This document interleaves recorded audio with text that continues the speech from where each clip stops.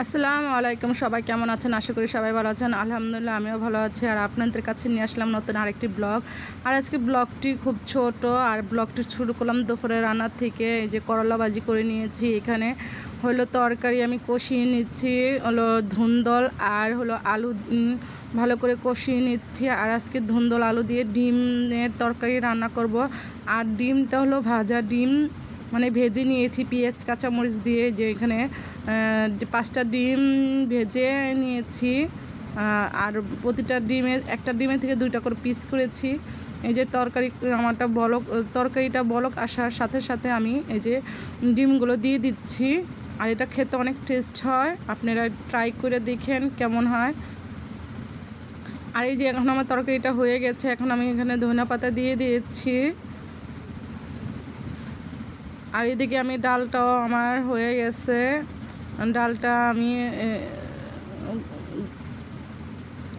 ডালটা বাগার দেওয়ার জন্য যে আমি পেঁয়াজগুলো ভেজে নিয়েছি, আর পেঁয়াজটা বেশি ভাজা হয়ে গেছে, একদম মানে পুড়িয়ে গেছে দেখা যাচ্ছে। আর এই যে আমি ডালের বাগারটা দিয়ে দিলাম। আর আমার ভিডিওটি ভালো লাগলে একটা লাইক, একটা কমেন্ট, একটা শেয়ার করে দেবেন সবাই।